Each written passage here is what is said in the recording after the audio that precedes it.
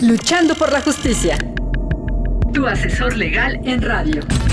Soluciones legales para el día a día. De los especialistas a tus oídos. Luchando por la justicia. Luchando por la justicia. Hola, ¿qué tal, amigas y amigos de Luchando por la Justicia? Esperando que se encuentren muy bien. Yo soy Jessica Torres y bueno, nos encontramos a través del Instituto Mexicano de la Radio y de 660 AM, además de las diversas plataformas digitales. Bueno, estamos en la segunda semana del mes de julio y hay que seguir cuidándonos. Los semáforos sanitarios se encuentran en constante cambio. Sin embargo, hay que tener las medidas sanitarias correspondientes. En el programa del día de hoy de Luchando por la Justicia, contamos con un invitadazo, quien es profesor y también es titular del Centro de Investigaciones Jurídicas de la Escuela Libre de Derecho, el maestro Arturo Ramos Sobarzo, quien nos va a platicar sobre el derecho y la literatura. Y bueno, nosotros nos preguntaremos qué tiene que ver la literatura con el derecho, si al ser son expresiones o son obras, ya sean expresiones escritas que realmente tratan de compartir las diferentes partes del conocimiento y a través de las palabras. Pero bueno, de esto es que nos va a platicar el maestro Arturo Ramos Sobarzo. Querido Arturo, ¿cómo estás? Muchas gracias, Jessica, qué gusto saludarte, de verdad. Para mí me da mucho gusto que pueda compartir aquí algunas ideas y que me hayas invitado aquí a tu programa. Qué gusto saludarte y también a todo tu auditorio, ¿eh? Muchas gracias, Artur. Bueno, realmente nos vas a platicar de un tema que ha sido muy poco explorado, pero que ha estado últimamente en tendencia, cómo se vincula el derecho con diversas manifestaciones artísticas, y tú nos vas a platicar cómo se relaciona el derecho con la literatura. Sí, efectivamente, bueno, considero que es un tema que de alguna manera toca, pues, fibras sensibles de muchas personas, de muchas abogadas, abogados, que al mismo tiempo de realizar su práctica profesional, pues tienen un gusto por la literatura. Es común, yo lo sé por ti, que te conozco muy bien, que constantemente estás leyendo, además de cosas, pues, electorales, cosas jurídicas, cosas judiciales, pues siempre algún texto literario. Y en ese sentido me gustaría mucho retomar una frase de Jorge Volpi, este escritor, por cierto, de formación también abogado, que define a las personas o los seres humanos como seres ficcionales. Habrá que pensar que la narrativa, la literatura, de alguna manera es parte de nosotros en la vida cotidiana, ¿no? Y hay veces que no siempre cosas tan profundas como una novela muy acabada, sino a veces la idea de narrarnos qué nos ha pasado en el día cuando llegamos a casa y contamos cómo nos fue, estamos haciendo una narración, o si estamos con amigos y abordamos un chisme, estamos contando algo. Y en ese sentido me parece que antes de hablar de la vinculación del derecho y la literatura, que son muchos los vínculos y que hay una, pues más o menos reciente, vinculación de tipo académica, pues la verdad es que los seres humanos en la mayoría de los casos tenemos alguna conexión con la literatura.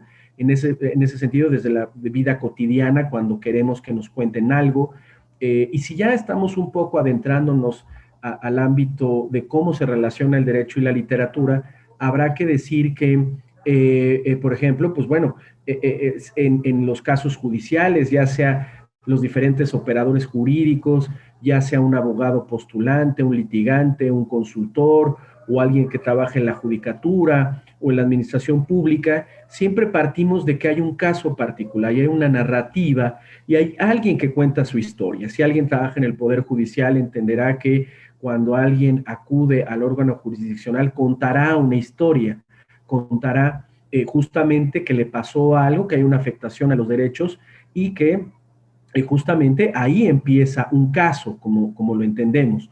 Y en ese sentido quisiera un poco referir a un autor que es muy conocido por ti, y muy conocido también en el ámbito jurídico, jurisdiccional, procesal, Michele Tarufo, hablaba de los llamados storytellers, aquellos contadores de historias, aquellos que cuentan una historia como parte connatural del derecho, ¿no? Lo vincula mucho justo a los procesos judiciales, donde justamente los storytellers, los abogados, se deben de considerar como contadores de historias, es decir, un litigante cuando acude a la justicia, pues va a plantear un caso donde previamente le han contado una historia, ¿no? Acaban de pasar las elecciones y varias impugnaciones electorales tratarán justamente a partir de una historia en particular, de una narración de lo que algo le pudo haber pasado a quien acude a la justicia.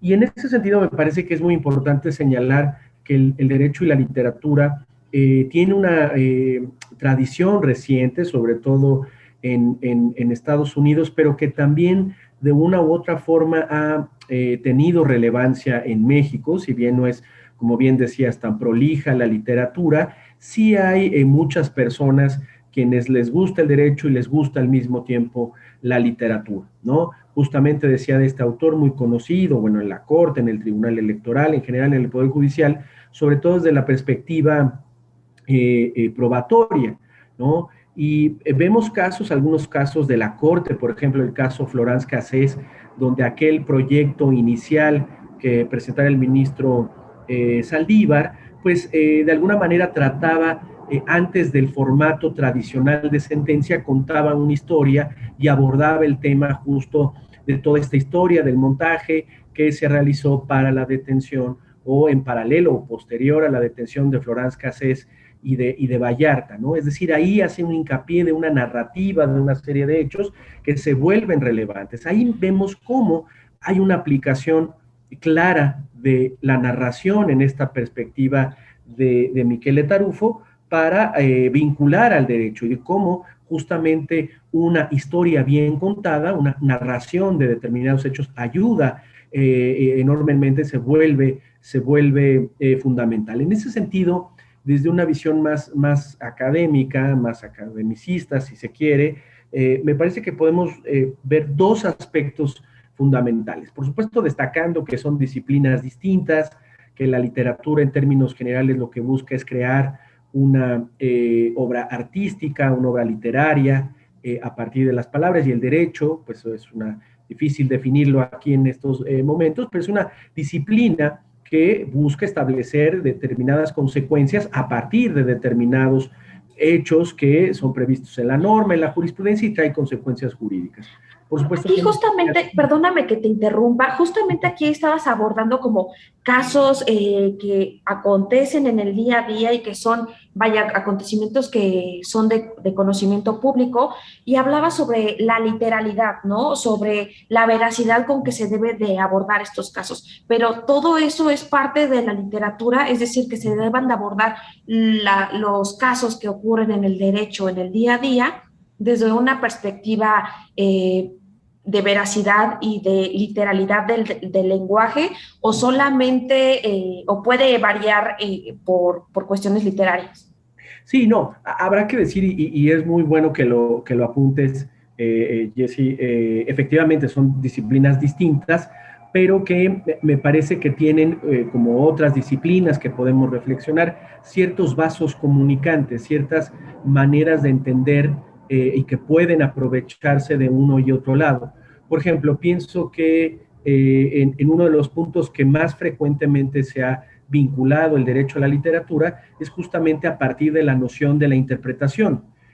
Hay en la teoría literaria una profunda reflexión que pues es más que centenaria, una tradición de reflexionar sobre qué es la literatura y qué deben de entenderse por literatura, y sobre diferentes perspectivas o diferentes teorías que abordan de cómo entender a la literatura.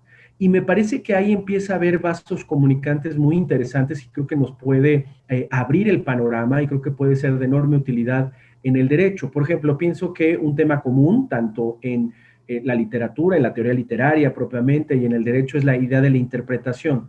Y justamente creo que quisiera traer a colación, hay una larga tradición pues de los 70s para acá, con Ronald Dworkin o Martha Nussbaum, ¿no? en Estados Unidos, de cómo podemos utilizar a la literatura en el derecho, ¿no? Y cómo de alguna manera los operadores jurídicos se vuelven también pues operadores que utilizan el lenguaje.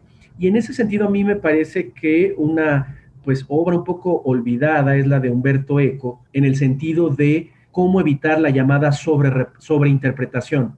Esto es interesante porque me parece que en algunos casos, sobre todo en el derecho, a la luz de pues, la interpretación conforme y la posibilidad, la enorme variante de interpretaciones que puede tener, por ejemplo, la Constitución, ¿no? Lo que llama la atención de la obra de Umberto Eco, que es una teoría eminentemente literaria, es justamente hablar de los límites a la interpretación para justamente no establecer una sobreinterpretación. Eso es un poco lo que me gustaría, que creo que desde el punto del derecho podemos aprender mucho. Umberto Eco decía que pues una determinada, él estaba pensando en obras literarias, en obras artísticas, que finalmente la interpretación de una novela, de una película incluso, pues puede tener límites, no puede ser también esta sobreinterpretación desbordante, ¿no? Para este tipo de cuestiones, y me parece que se vuelve muy importante este tipo de elementos, de cómo entender cómo no debemos establecer ciertos límites, ¿no? Y en ese sentido me parece que en un segundo bloque podríamos un poco abundar acerca de estas ideas de Umberto Eco aplicadas al derecho, y creo que nos pueden servir para entender ciertos casos desde el punto de vista del derecho. Claro que sí, querido Arturo, porque realmente abordas un tema bien interesante que es para el derecho la interpretación, porque muchas veces nos vamos por interpretación gramatical, interpretación estricta, pro persona, etcétera. Hacemos una diversidad de interpretaciones en el derecho y en la vida misma también sobre los acontecimientos que ocurren, y por eso era la pregunta, ¿no? De abordar realmente a la veracidad, a la literalidad de lo que está aconteciendo, o también puede ser susceptible a cambios o interpretaciones que pueden ser susceptibles de cada persona, de cada caso concreto. Pero bueno, como bien lo comentas, vamos a ir a una breve pausa aquí en Luchando por la Justicia del Instituto Mexicano de la Radio. Estamos con Arturo Ramos Ovarzo hablando sobre derecho y literatura, y pues bueno, en el siguiente bloque vamos a hablar sobre Umberto Eco y lo que nos está hablando nuestro querido Arturo. ¿Te parece bien? Muchas gracias, por supuesto, Jessica. Yo me ajusto a lo que indiques y estamos muy atentos. Bueno, no le cambien, no, estamos Luchando por la Justicia. En un momento volvemos. Luchando por la justicia. Para fortalecer tu conocimiento sobre la forma ordenada y digna De vivir en la sociedad actual. Luchando por la justicia. Brinda herramientas educativas para promover la cultura de la legalidad, los derechos humanos y la perspectiva de género. Luchando por la justicia. Hola, ¿qué tal, amigas y amigos de Luchando por la Justicia? Ya regresamos de una breve pausa.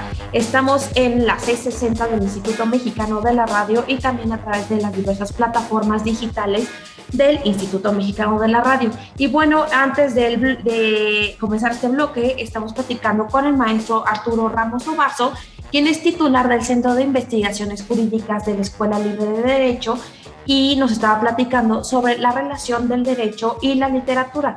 Antes de la pausa estaba platicándonos sobre Umberto Eco y la importancia de la interpretación en cualquier contexto literario y sobre las explicaciones que se dan de la literalidad, de los acontecimientos y que pueden ser jurídicos. Y bueno, querido Arturo, ya estamos de vuelta.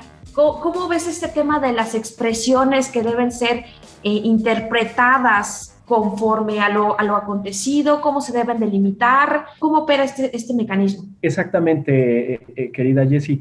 Efectivamente, donde se ve, pues esta tradición de vincular al derecho con la literatura ha recalado de manera importante, ha sido en justamente la interpretación. Y un poco, digamos, para alejarme un poco de los autores norteamericanos que predominan mucho en este ámbito, quisiera, digamos, añadir a esa discusión las aportaciones de Umberto Eco, que si bien están hechas para la teoría literaria, sirven para el derecho, sobre todo en cuanto a lo que él llamaba límites a la sobrerepresentación.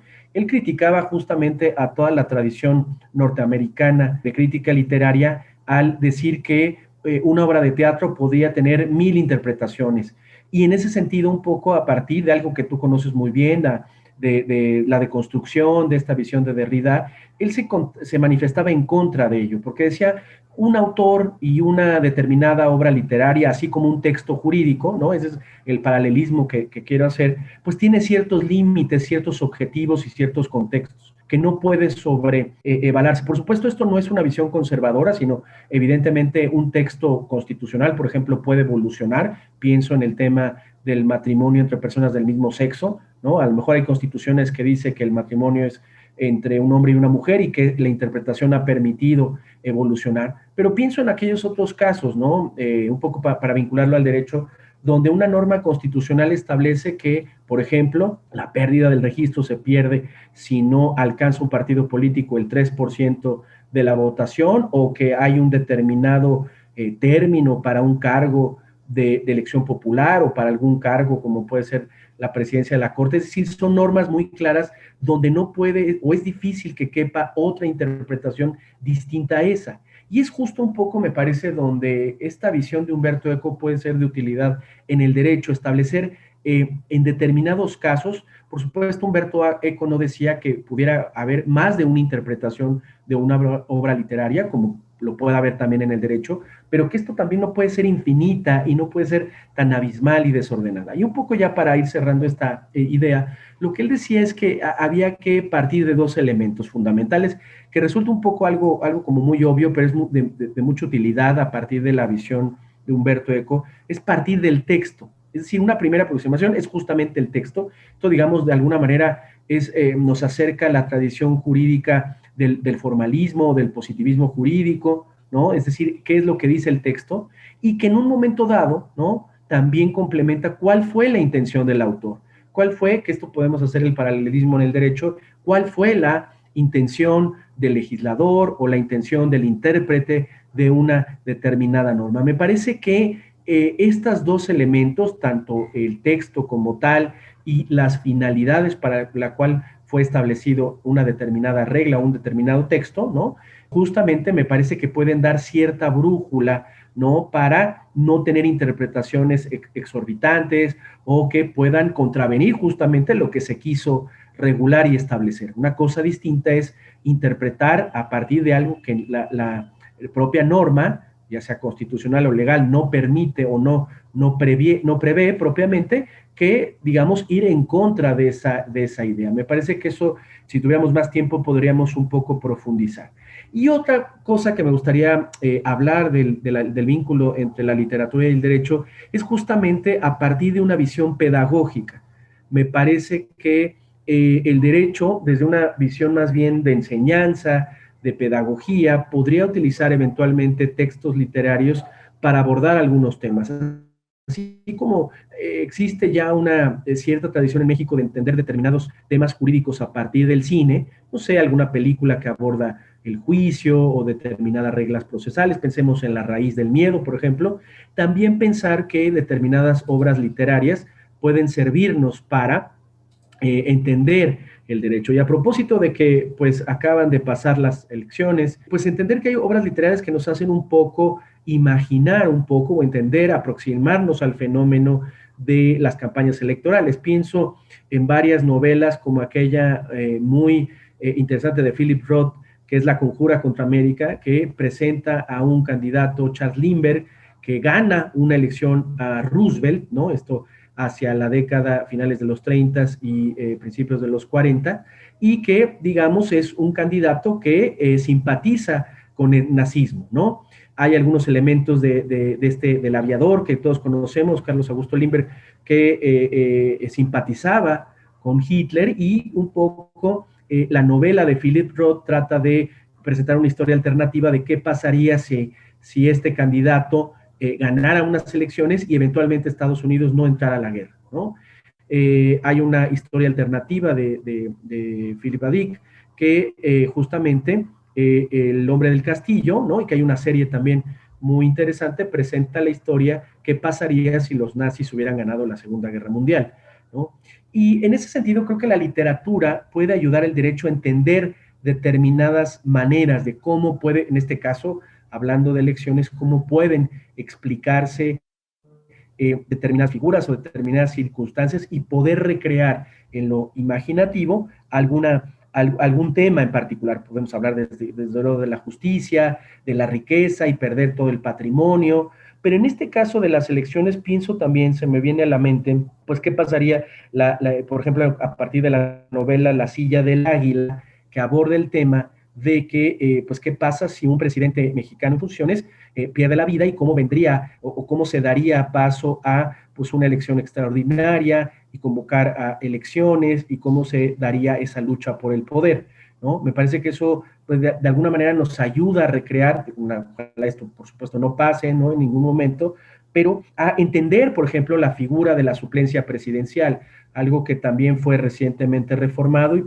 se prevé actualmente una manera, pues, más saludable para cubrir esa suplencia. Pienso también, por ejemplo, otra novela muy interesante como es Después del banquete, de Yukio Mishima, ¿no? Este autor japonés que presenta justamente la historia de cómo, pues, una mujer que es dueña de un restaurante, pues, se dedica a ayudar a la campaña de Noguchi, por ejemplo, ¿no? Y vemos un poco todo ese drama de, pues, la lucha por el poder y justamente lo necesario que es para una campaña electoral.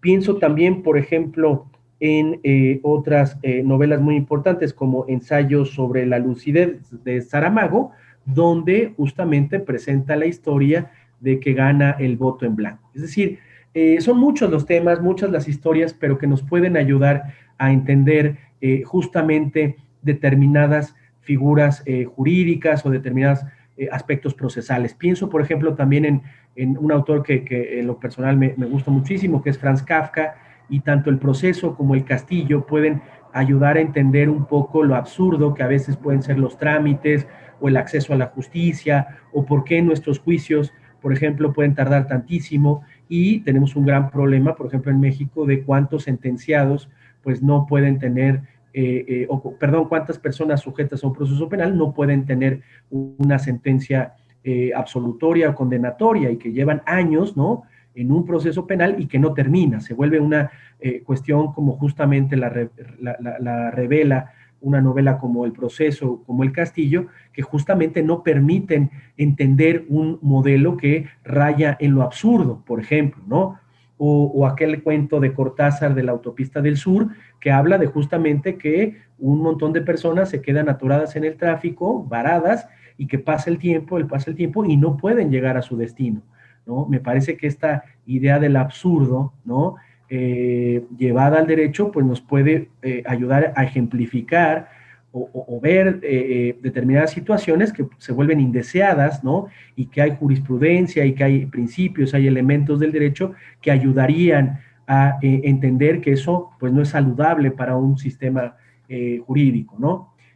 En ese sentido me parece pues, una manera distinta también de aproximar al derecho, de cómo justamente todas estas historias, estas narraciones ayudan a entender una determinada figura, como puede ser el proceso, la relación del gobierno con la administración, y creo a todos nos gusta, o a muchas personas les gusta leer, y creo que podemos encontrar esos vasos comunicantes, ¿no? La verdad es que lo has abordado muy bien, Arturo, porque bien precisas, hay diversos ejemplos que pueden servir para contextualizar la relación que existe entre la literatura y el derecho y lo importante que es la interpretación como herramienta que sirva de manera limitante, es decir, que no nos extrapolemos o que veamos una interpretación extremadamente fuera de lugar que permita descontextualizar la situación. Y también otro elemento que planteabas era que, bueno, que se puede abordar el derecho desde una perspectiva lúdica, desde la enseñanza y una metodología del derecho más flexible, más accesible también, porque diversas personas ya tenemos acceso a diversas plataformas digitales que nos permiten no solamente leer los textos, también nos permiten escucharlos a través de los audiolibros, que son una gran herramienta para aquellas personas que, bueno, que la enseñanza la tienen más desarrollada por la parte auditiva que la parte visual. Pero bueno, querido Arturo, se nos está acabando el tiempo y tenemos un minuto, así que te gustaría concluir con algo en un minuto y darnos tus redes sociales para que la audiencia, que si tiene alguna duda o alguna pregunta en el tema, te pueda consultar. Sí, por supuesto. Bueno, a mí pues me gustaría mucho recomendarles la lectura, que muchas veces, como muchas cosas en la vida, como el ejercicio, pues hay libros que nos van, que nos vienen, pero que hagamos un poco ese ejercicio en un momento donde todavía está la pandemia presente, pues los libros nos ayudan un poco a escapar de ese encierro. Y bueno, decir que pues yo estoy en Twitter, Arturo Ramos Obarzo, también aprovechar un comercial que desde el Centro de Investigación Jurídica de la Libre, pues hemos también abierto una línea de investigación donde vinculamos el derecho y la literatura, donde queremos hacer ejercicios con los alumnos para que a partir de un cuento, de historias cortas, podamos tener una reflexión del derecho. Y al mismo tiempo tenemos un programa permanente donde invitamos a escritores y queremos ampliarlo también a artistas en general, de cómo podemos vincular el derecho con la literatura y en términos generales con el arte, por ejemplo, ¿no? Claro que sí, Arturo. Pues bueno, ahí tienen ya la información, el acceso también a las plataformas del Centro de Investigaciones Jurídicas de la Escuela Libre de Derecho para seguir informándonos y aprender de manera fácil, accesible y de manera divertida, como es la enseñanza lúdica del derecho a través de la literatura. Esto fue Luchando por la Justicia del Instituto Mexicano de la Radio a través de 660 AM y diversas plataformas digitales. Yo soy Jessica Torres y nos escuchamos el próximo viernes. Que tengan un feliz día. Adiós.